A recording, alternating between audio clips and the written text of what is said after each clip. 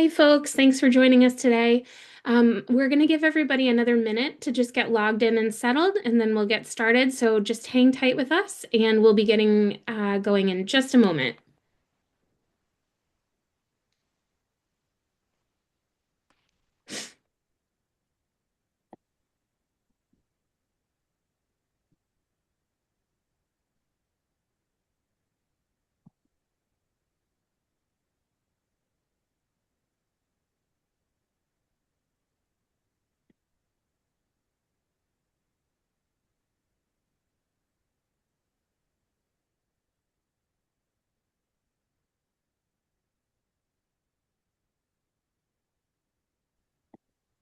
For those just logging in, thanks for joining. We'll be getting started in just a minute.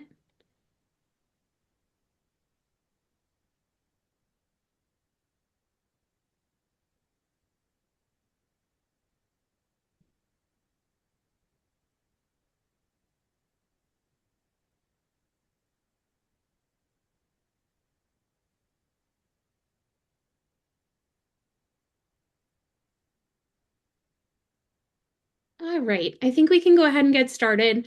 If additional folks log in, they won't miss anything but my housekeeping items. So, welcome everyone. Thank you for joining us today for our webinar, Leading the Longevity Evolution, Delivering Purposeful Experiences in Senior Living. My name is Meredith Wentworth. I'm the Director of Marketing for Go Icon. I appreciate you all taking the time out of your day to join us. I'm just going to go through a couple of super quick housekeeping items. I do want to remind everyone that we have muted all attendee microphones. This is just to cut down on background noise so that everybody can hear the panelists very clearly.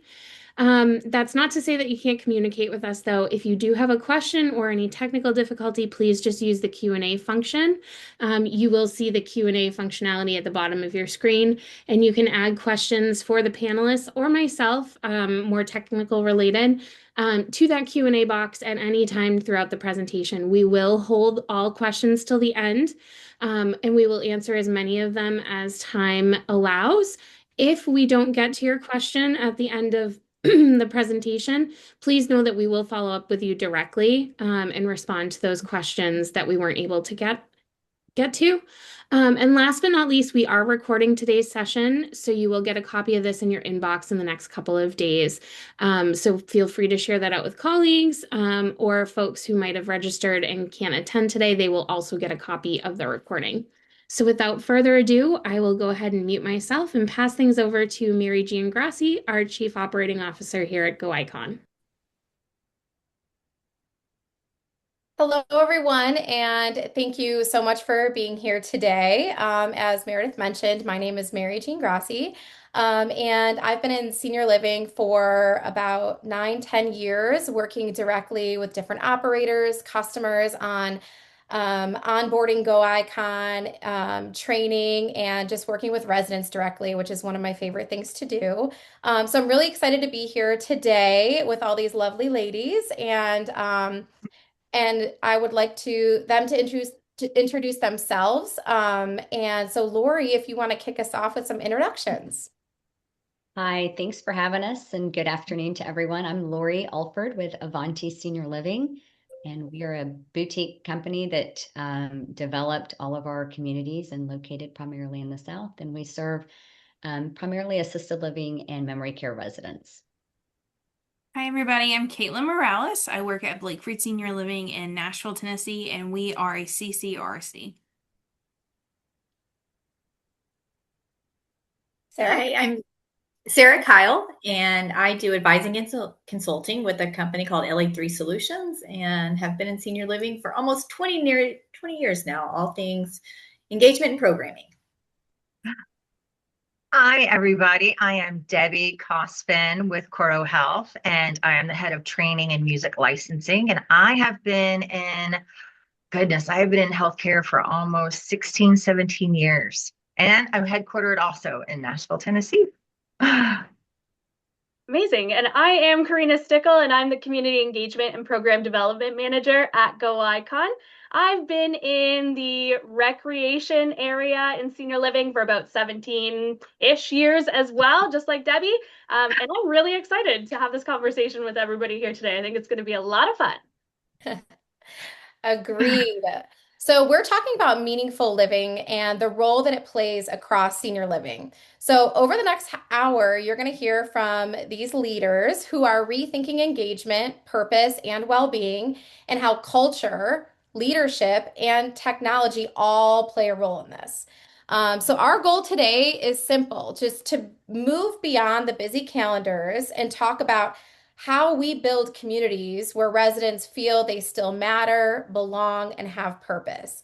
My grandma was actually in a Sunrise community many years ago, and she was a little resistant to the idea of being in senior living. And I will never forget um, going to visit her and all the team members that would come in and stop and gossip with her. They knew her favorite candy.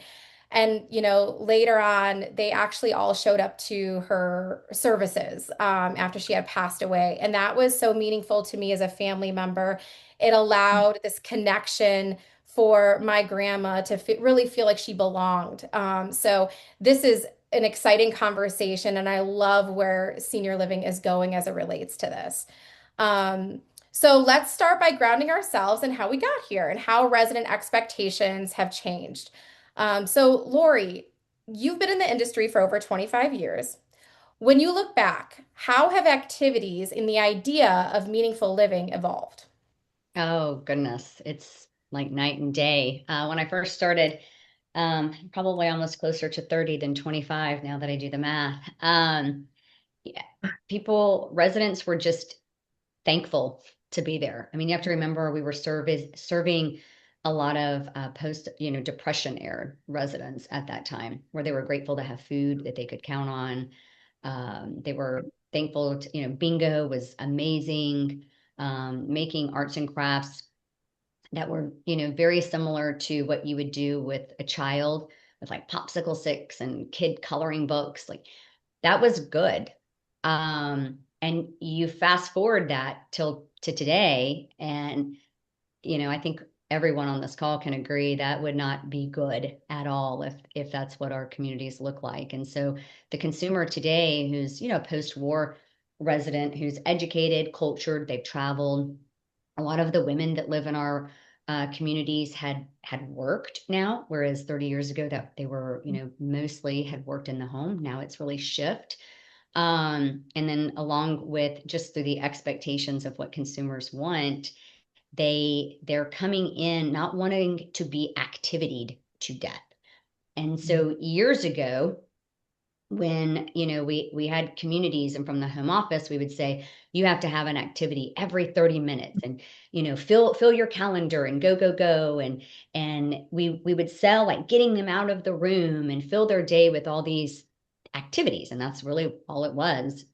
Now I feel as though with the consumer shifts, we're going more towards, they're wanting to be cultured, they're wanting to learn, they're wanting, they're really trying to make us raise our bar as operators and thinking what does the consumer really want in our communities. And I think some of that is coming from there's so much focus on aging well Mm-hmm. now that just being activity to death doesn't help people live longer. I mean, you have to really have meaningful and purposeful engagement and socialization to really help our residents age well. And that's something I'm super passionate about. And my own personal story, if people haven't heard it, I had a brain aneurysm. I actually have two, and I have two pipeline stents, and I've had a total of 15 hours worth of brain surgery. And so I had to kind of reshape my brain. And so I know firsthand, because I did it, that you can retrain your brain. And so we're super passionate in our communities to make sure that we're advocates for that it doesn't matter their age, whether they're, 65 or 75 or 85, 95, or even 105. Everyone there is capable of learning new things. Everyone there is capable of doing fitness. Everyone there is capable of, learning a new language or learning, how to crochet or something that they want to do. But our brains are capable of learning something new, and I think our residents today and those that we continue to serve in the future are very focused more on that, and that's what makes this industry super exciting and what makes our social directors and really everyone that's listening to this call, it's what excites me every day is figuring out how can we continue to elevate these positions and give the residents not only what they deserve, but also what they want. Yeah, I think Lori nailed it right there. Our residents are just different than they were even 10 years ago when I started. These residents held really powerful roles in our community, and they have a great sense of purpose and accomplishment in the communities that they lived. And that didn't stop because they moved in to senior living. And so I think giving them those opportunities to foster strong community and to have leadership roles is really crucial in what we do.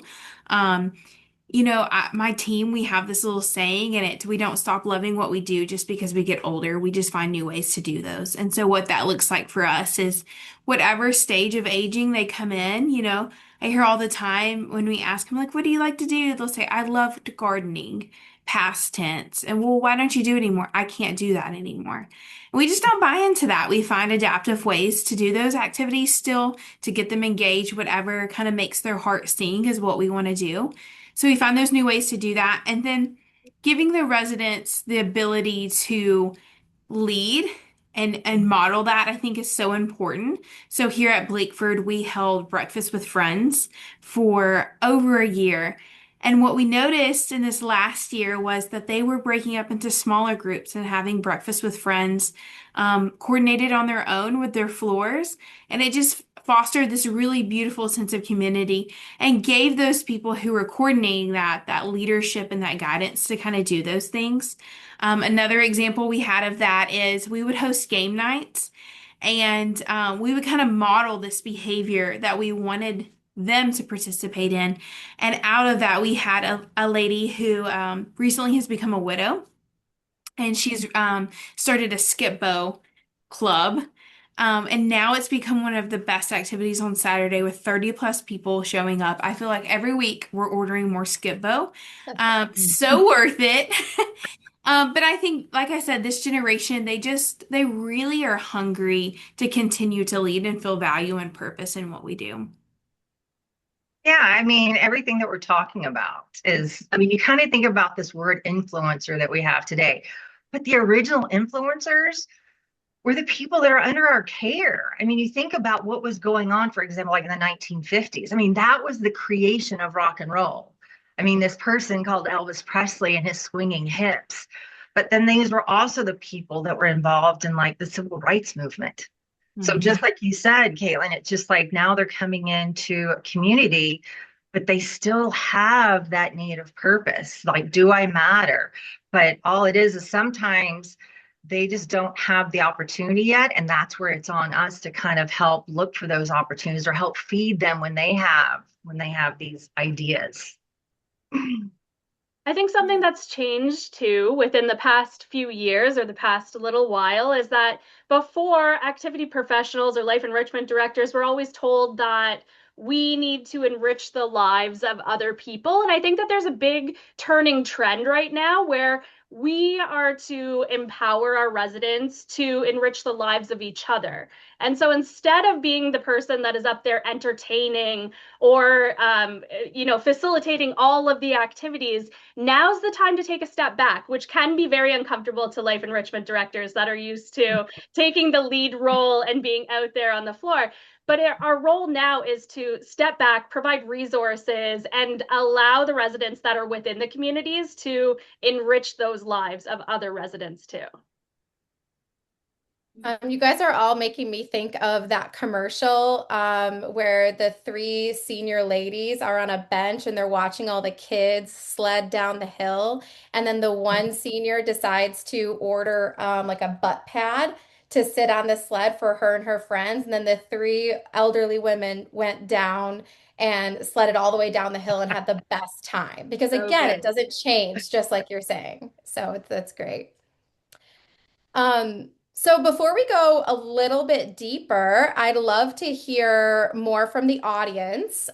So we have a little poll. When you think about programming today, which statement best reflects your community right now? So if we'll go ahead and launch the poll. guys seeing it?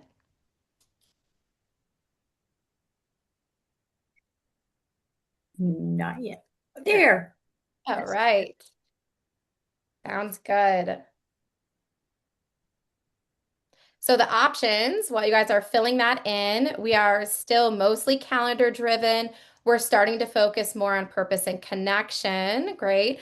Residents are leading more of their own engagement. Engagement is fully embedded into daily life and culture, and we are actively rethinking our entire model.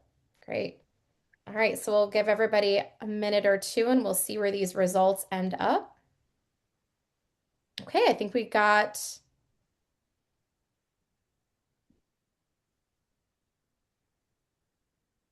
It's kind of fun to see everything shift back and forth, what you think is going to go through.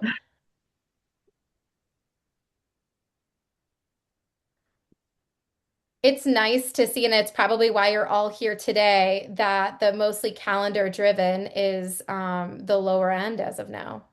Could change, could change. Shouldn't say anything.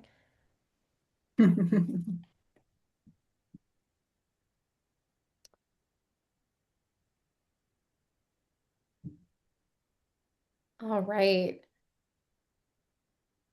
So it looks like everyone is starting to focus more on that purpose and connection, which has probably have led you all to this conversation today, which is very exciting. So, if meaningful living is about purpose and identity, the next question is who owns that responsibility? Um, and let me go ahead and move the poll here. So, how do we move from an activities department to a true engagement culture? Sarah, many leaders understand why engagement matters, but struggle with how do you operationalize it? Where do you see organizations get stuck? I think one of the first culprits is in our engagement world. We have put a lot of emphasis on either dimensions or a model or pillars. And that sometimes rolls off the tongue for those of us in the programming world. For other people, not so much. And I think the first part we have to start with is what does engagement mean? That's a broad term, kind of nebulous. Purpose can get thrown in there as well. And so level setting on what this idea of engagement means. Um, and at the end of the day, it's the impact. It's not necessarily the delivery or the ideas or what we do, but it's the impact that engagement has.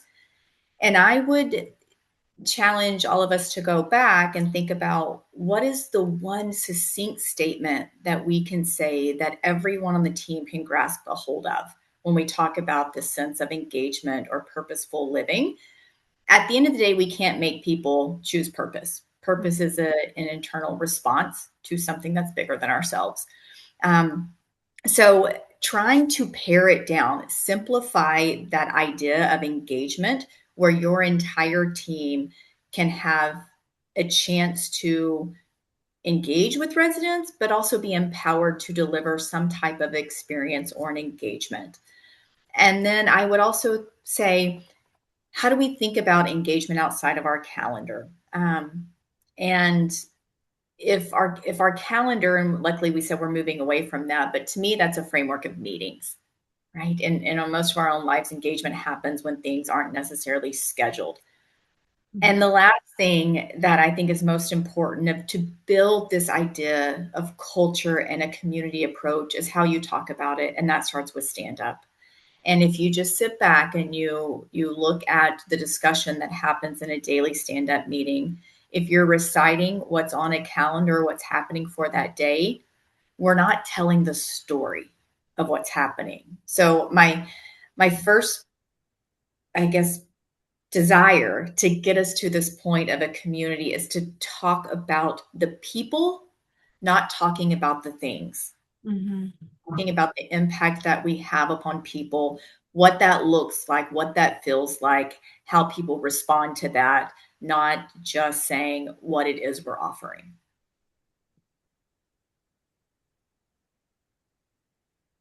Debbie, can you share that housekeeping story and why that moment was possible in your culture? I can't wait for everybody to hear kind of this story and how you can just everybody, it's a part of their culture.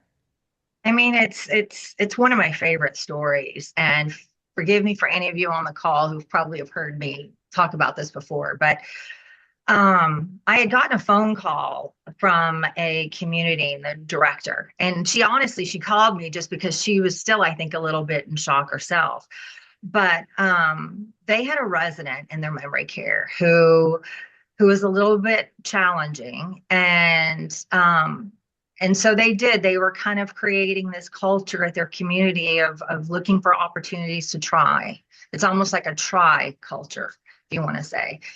But it was a member of housekeeping that came up to her and said, "Hey, I've heard about that we have this music at our community, and I need to go into this residence room, and I just want to try something new, something different." And so she was telling me that the housekeeper was standing at the door, knew that this gentleman loved classical music, hit played, then knocked on his door, and his whole demeanor, even at opening the door, had shifted, she said. And she was like, "Sir," she's like, "I heard that you love this type of classical music." Well, that was it. Literally, the door opened in conversation, and he sat down, started talking about the song or memories, and she was taking care of her duties and what she needed to do. She was having some communication with him. And then all of a sudden, she was finished. And he asked if she would come back because his son was coming to a visit and he wanted to introduce her to him. And so you kind of think about this ripple effect. All it was is that she felt empowered to try and not sure, but she knew she needed to do something different. And taking out the processes and procedures, she was looking and craving for something different to do to engage with him.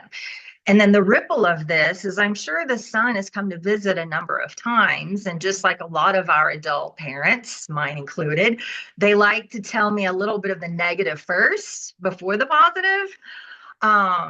And so I just have to imagine that that's what this gentleman did when his son came to visit, is that he got to share this story about not just a person coming into his room to clean his room. That's what her duty was. But her choice was she made a friend.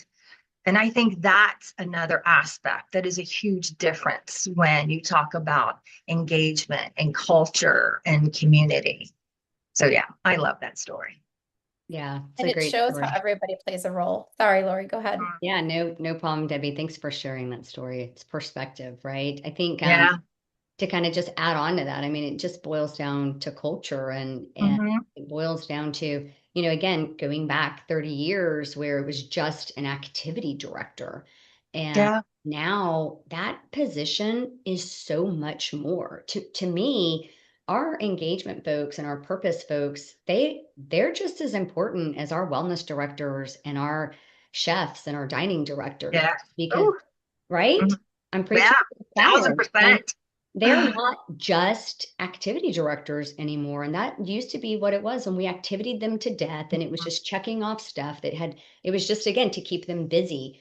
Now, this role, is really transitioning into something that's extraordinarily powerful for resident retention, as well as just helping them to age better. And in order to have that shift, it's also a mind shift, and it's a mind shift from the C-suite in a company to all the way down into that community. The home office people have to embrace the importance of this role and be like, no, you are not an activity director. You are keeping our residents young and healthy.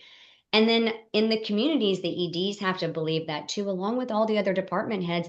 But most importantly, it starts with our engagement directors or activity directors or purpose directors, life enrichment, whatever title you want to give them, it really starts and stops right there because that position is so key. And if it can be embraced and push it forward by showing, let's change how we're looking at engagement. Let's not just activity to them. Let's also empower all of the team members that are in the Yeah. community.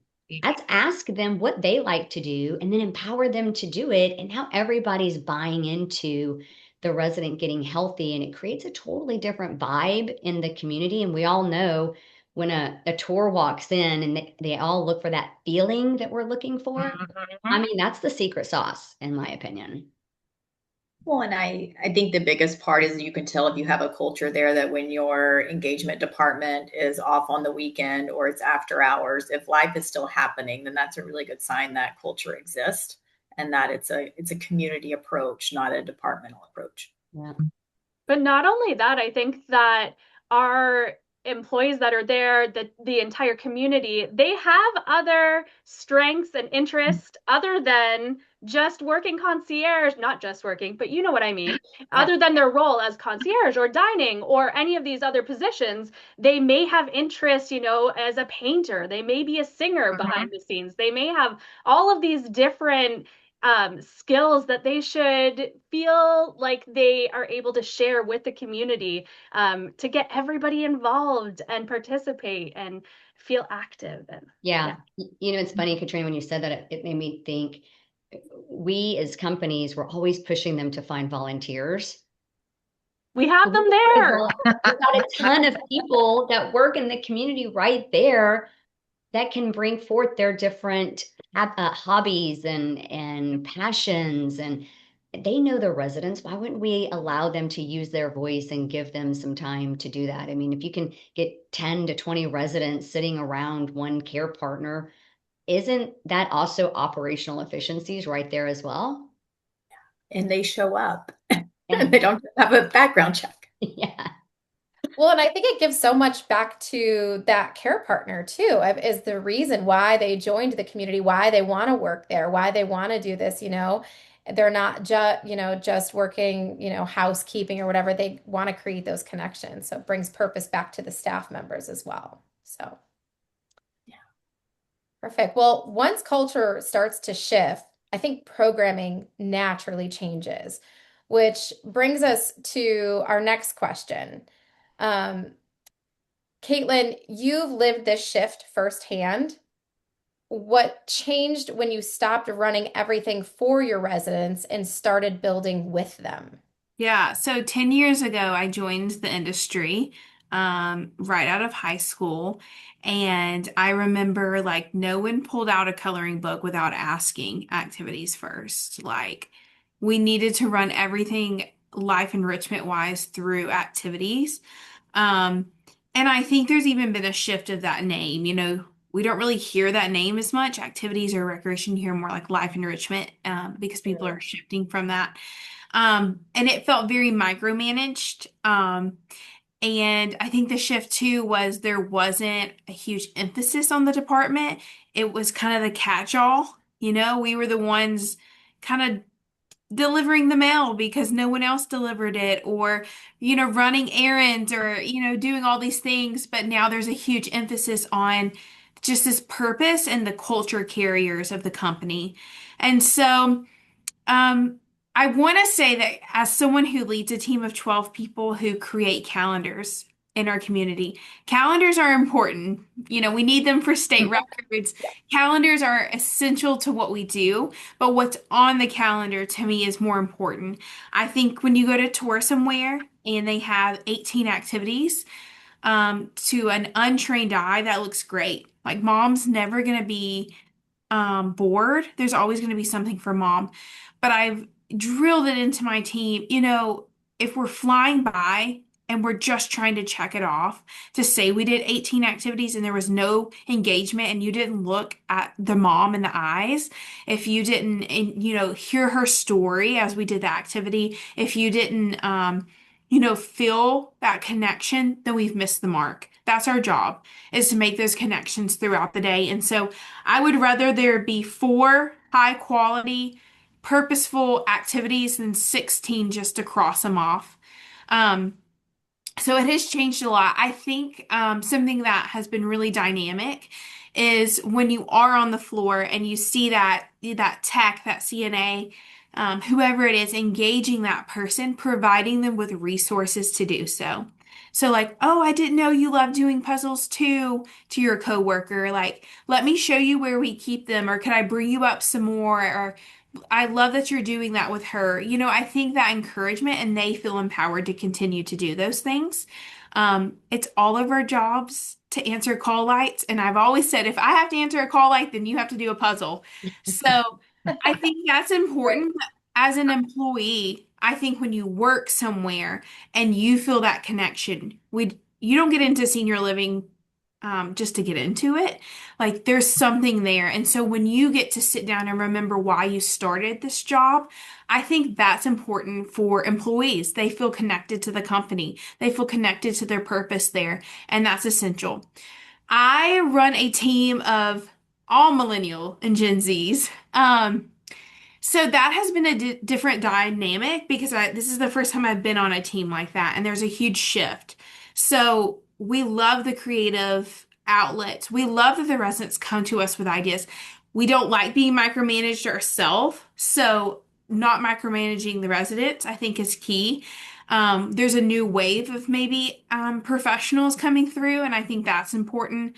But I think the biggest thing is modeling this behavior for our residents. Like I mentioned, the Breakfast Club, we modeled that and then they did it. We modeled the game night and they've done it themselves. And so I think you nailed it, Sarah, when you said, if life's going on after you clock out, that's what it's made of. Can I take a couple days off and they're not standing at my door waiting for bingo? I think that's important. To be the culture carriers. And then just to remember that these people come with wealth of knowledge, things that I Yeah. cannot tap into. We have people here who were historians that I will never be able to tap into. So we let them have the floor and we let them teach. We have people who are experts in their field and it's engaging and it's constructive to our community. But I think the biggest thing is just slowing down. I don't live my day with an activity plan every 30 minutes. And I would hate my life if I had to go every 30 minutes doing something. I think we need to remember that our residents, just as we do, we go home and watch TV. We grab lunch with a friend, like we read a book quietly in the living room. Just because we're not at a birthday party and then at bingo and then at exercise class and all these things back to back doesn't mean that they're not engaging. And the way we measure that is changing. Before it was show me your attendance numbers. And my question is, show me your engagement level. Show me the engagement level once you clock out and leave. And I think that's what's really key here. Love that. I love that. I can, gosh, I love that. That was so good, Caitlin. And I love that you have all millennials because they bring different lens and Yeah. like they're teaching your residents and your residents are teaching them too. I mean, what a great They combo. love us for tech help. I'll just say that. Oh yeah, like I guess totally it's a great marriage. But Yeah. to kind of shift gears, it's real easy to talk about independent residents and assisted living residents. So I want to just pause and give, a shout out to our memory care engagement or social directors or purpose, whatever the life enrichment, whatever the company calls them, because they have a tougher job, in my opinion.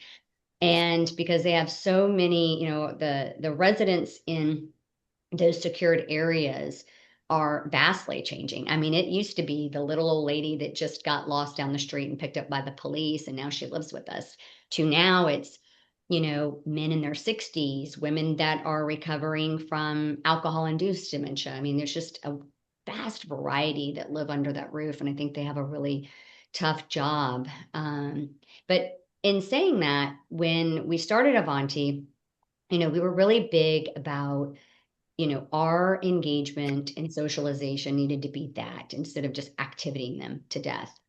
And, we had to have, things for them to do. And I would dare not think about, residents sweeping or setting a table or folding napkins because heaven forbid, right? That's why they live with us. And I went to Asia for about 2 years ago and spent 3 weeks. And I really studied the seniors, the older residents, Mhm. our older, Yeah. population walking on the street. And what I found was they were still very involved with life. They were the babysitters to their great grandkids. They were at the market getting, the food to prepare to cook dinner. And they still really had this purposeful life that they contributed to society. When I came back, I started to really pay attention in our what we call our Solis program. It's our memory cares. And there were two really big outliers of the average length of stay wasn't a year. It was actually 2 to 3 years.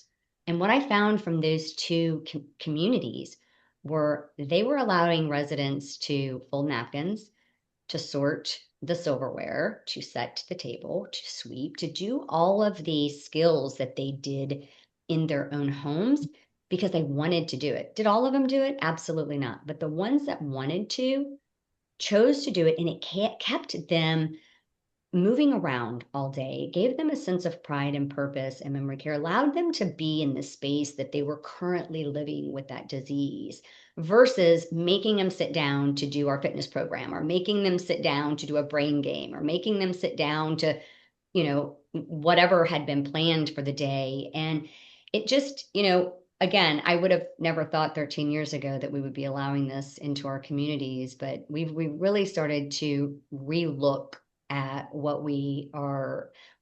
Why are we preventing them from contributing to the community if that's what they want to do? And it's a little bit of a mind shift. But I'm just bringing back what I studied from other countries and learning that that's what they do, and they live for a long time. And the data correlated over with our two residents that were already doing it. And so, for our memory care folks that are on this call too, just continue to think through some of that would be what I would encourage everyone to do. Be open to trying stuff like that because there are some great outcomes from it.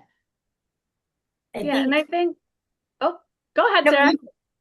I'll be quick. I think observational learning is so important for us. Feedback is super important when residents are willing to tell us or talk to us. But if we just sit back and pause, as you said, Caitlin, and observe what's happening, we can learn a whole lot more about where this shift needs to go just by looking at the non-programmed and the authentic, organic happenings of a community. Yeah, Lori, I love that you talked about Asia. I actually lived in Hong Kong for a bit, and the way they view seniors is entirely different. And I think it's at the core something the US is still working on is how we view aging. And it's not a scary thing, it's a thing to be accepted and to be cherished. And like our residents are still capable of so much and switching that dynamic, and they can contribute and they do want to. And they do amazing things in Asia. I was out there doing Tai Chi with some of those grandmas early in the morning, and they were way more flexible than I was. I think it's also about creating the calendar that fits the communities. I mean, it's not just the calendar of the life enrichment teams, it's the calendar of the actual residents that are living at these communities. And so we need to create systems that will work for them. I mean, if you're putting on an exercise program at 9:30 every Tuesday, but your group tends to enjoy going to their hairdresser at that time because it's part of their lifestyle that they've incorporated into their community, that it's time to switch that. Like we need to not be just stuck in the ways that of the calendar that we've always done, and it be the way that we can't have any change because it's always been this way. We need to be flexible with our calendars and with the group of people, which will be changing, especially as these new boomers coming into senior living. We need to be flexible and change that, the way that we're creating these experiences for the residents. So what's powerful here is it's like the less structure often leads to more meaning, so they're feeling useful. And then in terms of generating programming, if you're really thinking about what are their daily, what do they like to do? They like to rest in the morning and then start their day, and really being aware of how your residents are engaging with your community naturally. Um, but personalization at scale can feel overwhelming, right? So how do you know your residents? How do you get to know them? That's a big undertaking. So you need to have the right support. Sarah, when you think about data, what actually matters in the data, and how do we get some of that input about our residents to really have this personalized offering and engagement and connection that we're talking about? I love this question. And everything we've said is contingent upon Oh, one thing. Oh, Sorry, yeah, everything No, we've you're good. talked You're about, good. that's 30, whatever, 41 minutes is contingent upon on the one thing, and that's knowing the residents and knowing them throughout that entire journey. And for the last 15, 20 years, we've relied on pen and paper and what we can store in our brain. And finally, we have technology, especially AI, that makes this so easy. Um, I, easier, not so easy, but easier to capture. And I think the most important thing is in this department, in this role, is you don't want to be the gatekeeper of information. That can feel powerful, that you know how to solve so many people's needs. But the stronger the team is in understanding these nuances of the residents, the better every part of the operations will be. And so, how do we get to know them? Traditionally, we've talked about this resident interview. That's only one small piece of it. I want you to think about the customer journey and who this person evolves to be. And it is a dynamic, ever changing, Lori, even to your point, as we watch people go through the memory care process. People change rapidly and differently. And so we can't look at just an interview as a checklist of something we do. And then I think the other part is really looking at the tools that we have, the AI interviews, is you don't have to have an interview face to face with someone. That is better. But anytime a team member is capturing this information, we can dump it into Go Icon. You can go into that profile and it's perpetually updated with who this person is. I think one thing that we lack in this department is the same discipline as, I will say, our sales teams that are accountable to put everything in a CRM for what they do. And the same way as clinicians are expected to chart every interaction of care, we need to have that same discipline, that when we find out this information and get to know it, that we take advantage of the systems that we have and we populate these resident profiles.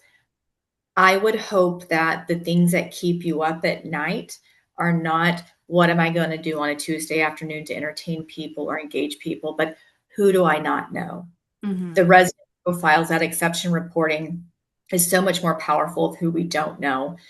And the last thing I'll say is, when we talked about that team in your stand-up meeting, you're not expected to know everyone.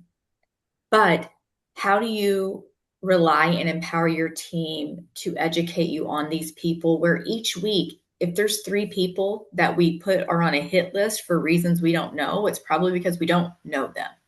So Mm-hmm. how do we get to know them with the team? And those are the things you can talk about in stand up that are about people and impact, not just what we're doing. So that would be a challenge of, it should be a weekly check-in of what profile do we not have information on? Do we not have pictures? Do we not know their family? Do we not know something about them to help the rest of the community? And then lastly, dashboards. There's 100 dashboards in every department, not 100. You can look at any of them. Find out what dashboard works for you and what dashboard gives you the data that you can act upon and confidently report out. More data is not always better if we can't interpret the data. So pare down what you're chasing and what you're making decisions with. Yeah, that's good. I mean, I can speak to AI. I mean, we're a company that loves tech and AI. In fact, that's why we chose Go Icon over all the others, is because, AI has been around for a while, and clearly Go Icon was built on AI. It's not a bolt on or an overlay. And so, it gives you guys a clear advantage. And it ultimately ends up as a time saver. I mean, as Sarah was mentioning about the resident interviewing, I mean, the Go Icon feature that, we can actually voice record the interviews is incredible. So a lot of the traditional way of doing it is these little, life stories or whatever it is that the company has. And, the adult daughter, the resident themselves fills it out. And the, social director goes and meets with the resident or the family, and they talk about it.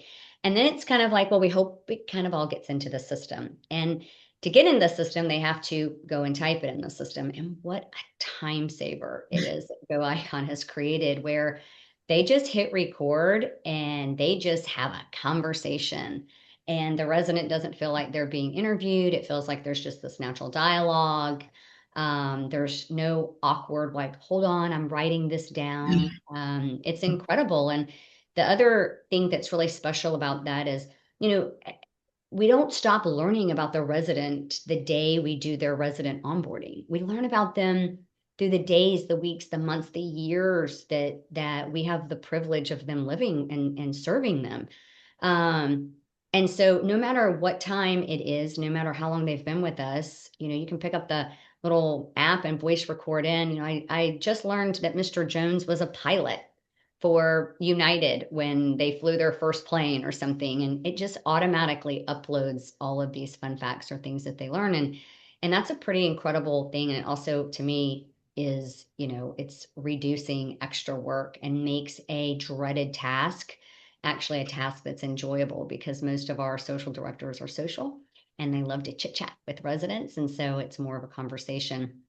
But the other thing that really excites me about Go Icon, and I hope it's okay that I'm sharing this, but they have some coming soon features. And there's two that are my very, very, very favorites. One of them is a truly customizable calendar via the life stories and information that's gathered. So we're all about personalization right now. I mean, you have to live under a rock not to hear something about personalization in your own world and your own experiences. And again, our consumers are wanting that as well. And so Go Icon is working to create these, customized calendar based upon whatever input, as Sarah was saying, having that data come into the system by that voice recording, or if you want to manually enter it, and the AI will actually help create calendars based upon resident preferences and or attendance.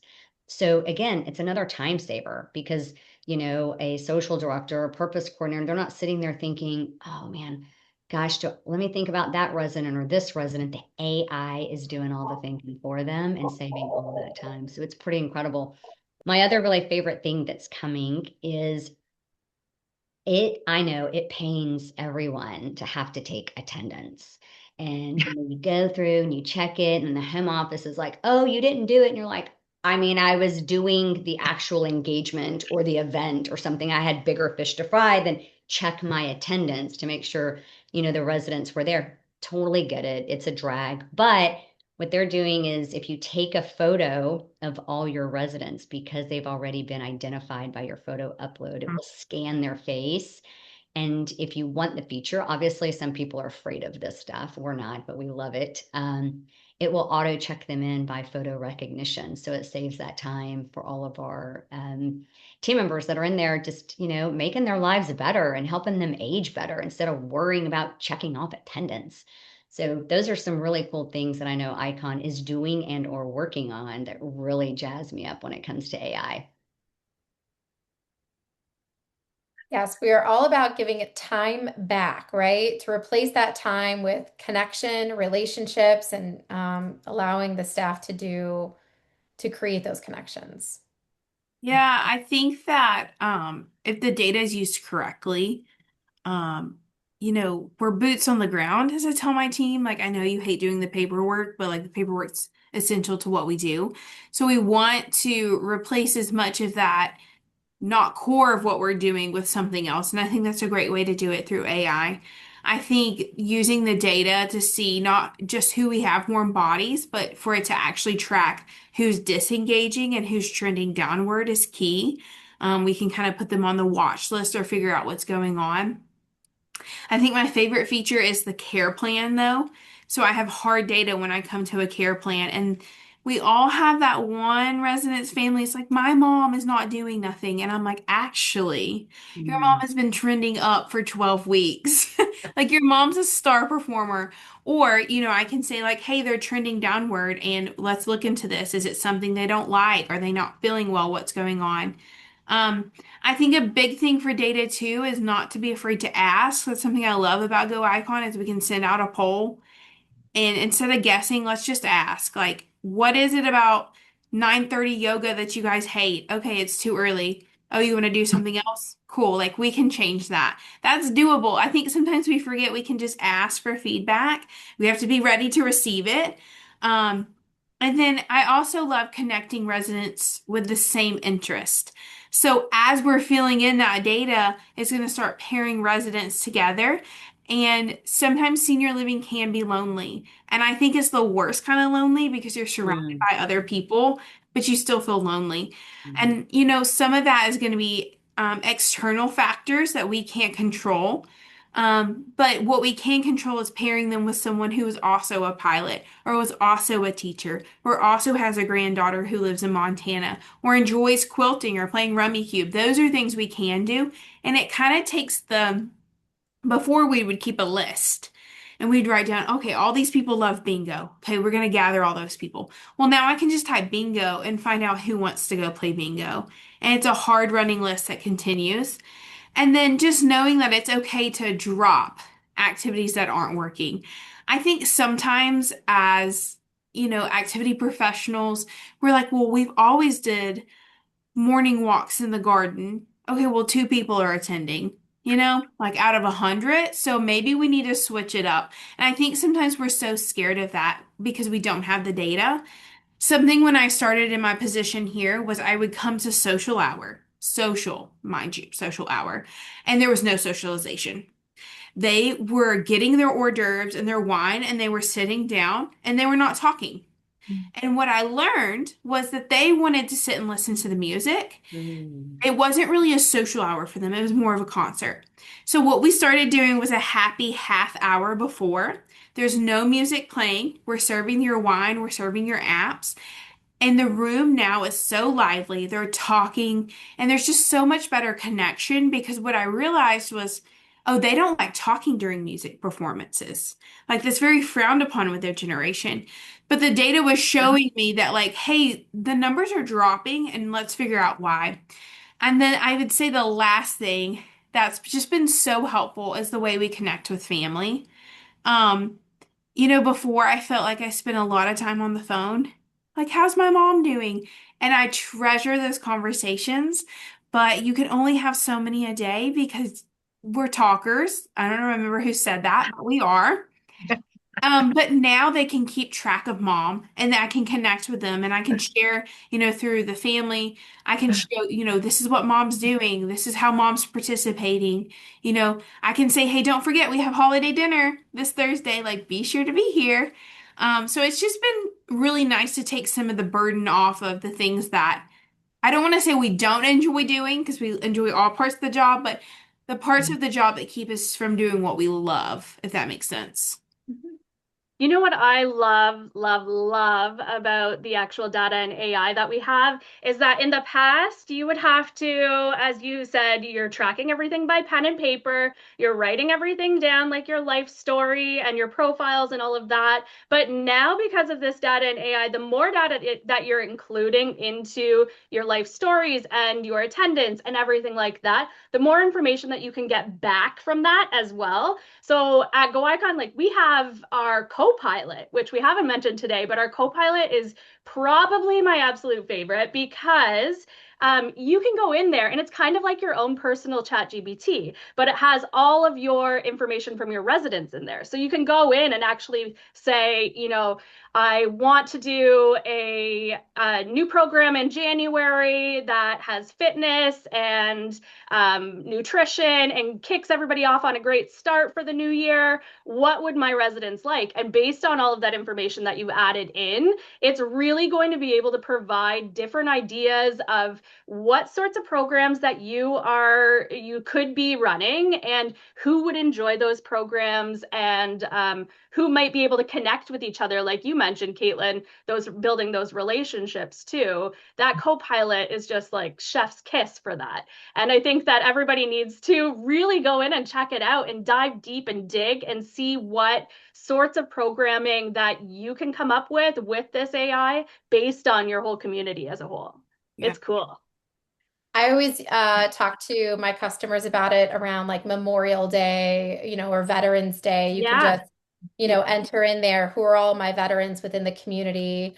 Or maybe you're thinking about making some cultural dish and you're like, who's allergic to XYZ?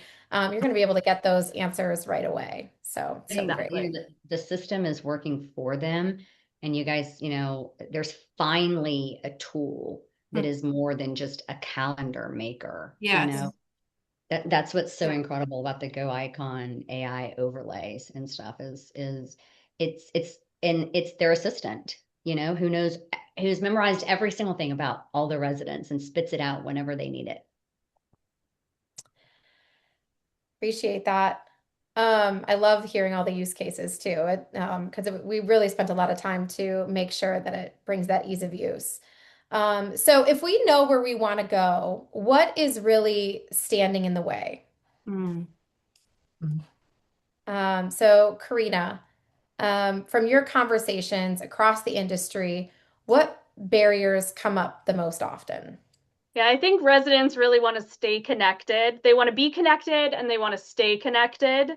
And I think that you can put posters in elevators and tell people that this is happening 25 times a day and they still won't feel connected enough. And so I think that something that is really important is, especially with Go Icon, the use is to be able to connect with everybody in the community, to be able to communicate with everybody in the community, to keep everybody on top of what's going on, to build those relationships, like we mentioned, to reduce the time spent for life enrichment professionals doing the admin work that we don't really want to do, and giving them more chances to be on the floor. That's something that I think that it's we're going in the great direction. I think the other thing that gets in the way is just our fear of the unknown, right? We surmise that we know our customer. I always say I don't know that any of us know what it's like to be 80 until we're 80. And that's an interesting spot when you're programming and you're creating offerings for people. There's a lot of listening that happens there, but also not knowing. I was just reading something today about Mark Zuckerberg, and his first thought about when he started the three things at Facebook was act fast, you're going to fail a lot, and then pivot and do something different. And I think it's being okay with people not showing up and saying, we need to get rid of that. And we can get rid of that even though two people really want this. Like, it's okay to have conversations and make explanations why things are changing, not just sit behind this idea that people don't like change. It has nothing to do with age. People don't like change when they don't know about it and they're not informed as to why. Most often we can accept change. And so being open enough to change and to pivot, accepting that we're trying to figure out where we're going, but none of us have a true, real roadmap because, or as you said, I believe that we can sit here and talk about all the ways that senior living will need to change, but ultimately the consumer will change the product, I think, quicker than we do. Yeah. And I think that's, we get in our own way. We think we know what our residents want, but in reality, I think if we were all really honest with ourselves, we're not using the data provided and collecting it the right way and really digging deeper than just surface level to create purposeful programming that continue to help our residents age well. So I would just encourage everyone, get out of your own way, push yourself. Use Go Icon for some, event ideas or new thoughts. You're not going to break it. So try it. Try the features, make a flyer, use the co-pilot, and if you break it, call Meredith. She'll fix it for you real quick with a click of a button. And so you're not going to break it, and just think big, because again, you're not just an activity director anymore. Like, you are in a seat to change lives every minute of the day. And it's bigger than care nowadays. And it starts and stops with the people on this call and having that right programming in place. Yeah, I think we all know what gets in our way. I think every one of us could probably answer. I think for a lot of people it's time. I think some people fear, whatever. And we really want to focus on where do we need to be headed. And I think with the generation we're serving, like, expect them to lead, not just show up and be catered to. Invite other team members in. I love that our skilled care started doing this. They have a team member guest of the month, and they come in and lead an activity of their own interest. Sometimes it's about the job they do here. Sometimes it's about a hobby they have outside of work. I think seeking those intergenerational connections. We're launching a intergenerational connection with a community, a Belmont University here, where our residents will be linked with other college students and provide that not only professional mentorship, but also that companionship. I think that's important. And to realize that our residents also have opportunities to connect outside of our four walls, and that's okay. Like if they want to go play bingo with their church, we should encourage that. Like we should encourage all types of engagement. And I think that's really where we're headed in this whole conversation is it's leaving the four walls and it's leaving the four blocks of the calendar. Beautifully said. So if we look, I know we're at time here. So if we look back 5 years from now, what would we wish we would have started in 2025? So that's just a reflection for everybody who's joined today. I want to thank our incredible panelists today and everyone who joined us. We hope you leave feeling inspired to try just one small change. Again, what do you wish you would have started now in 2025 that creates more meaning tomorrow? So thank you, everyone. For those of you that are available to stay on, I'm sure we would love to stay on and take questions. So we'll take a couple questions here. And we do have a final poll. So based on what you saw today, what would you like some personalized follow-up on resources that we can provide, and how these ideas can develop within your community? So we'll launch that poll while taking a few questions. The panelists and I can stay on a little bit longer to take those. But we are sorry that we were at time or a little over time. But thank you again so much, everyone, for joining. All right. So that poll is live, and if anybody does have questions they'd like us to answer live, please feel free to throw those in the Q&A functionality at the bottom of your screen, and we'll answer those live. I do have a couple of questions that we can get started with, and one here is, how do you know when a program is meaningful versus just well attended? I think when they talk about it for the days after. If it really was purposeful and when you're taking them back, they grab your hand and look you in the eyes and they're like, thank you so much. And then the next day they're still talking about it. I think that's purposeful, not just because we got enough people to roll them down to go listen to the music. Yeah. And they want it again. Yes, Or they do it by themselves when you're not around. absolutely. Wonderful. Thank you. We have another one here that says, what's a good first step for leadership to signal that engagement is everyone's responsibility? You have to make time for it. I think time is the one action that I've seen repeatedly with executive teams that show that it matters, is making space and time to talk about it.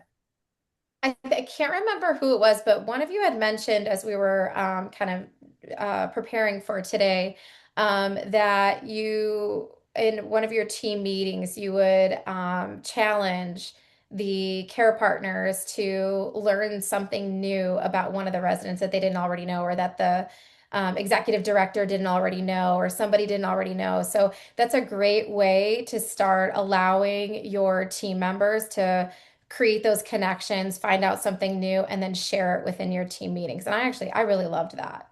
Yeah, I did too. And because of the seat that I sit in, again, it starts and stops too with the top, and whether it's the C-suite or the executive director, if they don't go out and preach it, then I'm not sure it's going to be a lot harder of a battle, right, to get the rest of the buy-in. And that, I mean, something all my social directors and purpose directors know, and that I sit with them as a group. I high five them. I send them ideas on Facebook and Instagram. Personally, if they're friends with me, I'm always sending them ideas and we're sharing stuff. And it's because it's a culture that we are going to do better than what we do today because they deserve better. Yeah. I think another piece to that is that because it's easy for us to celebrate the successes. Like, I tried this and it was great, it's successful, and you have a meeting about it and you're celebrated. I think also a part of the celebrations should be the tries, that may not have succeeded. Because the thing is that still empowering the culture, because honestly, looking across this room, none of us got here because it was a yes path the whole way. We all had tries that failed, and that's what got us here. So I think it's also important that when something's acknowledged that you tried and it may not have been a success, it still is. Either you win or you learn. Yeah, it's still success because Yeah. you'll never do it again. I will never Yeah. have a meeting at social hour ever again. I thought my career was going to end that night. So I learned a very valuable lesson that night. That's awesome. Thank you. We have another question here. This one's a little bit more Go Icon related, but the question is, how does Go Icon handle AI hallucinations in search results? So I think like they're asking about like faulty responses or things of that nature. I mean, I think just similar to how ChatGPT is, and the more information you're feeding it about your residents, the more factual it's going to become, right?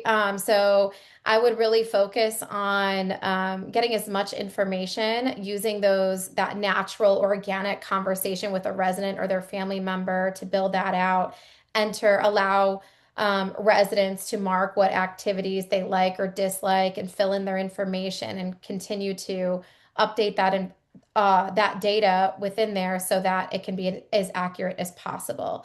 Um, so I don't have a more technical answer around that, but just like ChatGPT is, the more it knows, the more factual it can become. Mary, but can I ask a question I think might Yeah. help? So community to community specific, when it's the AI, it's pulling from that community's information. So you're not pulling Caitlin's community from Avanti data. You're pulling it from Caitlin's community, just like you're pulling, if 6 buildings, you're not pulling Avanti's data.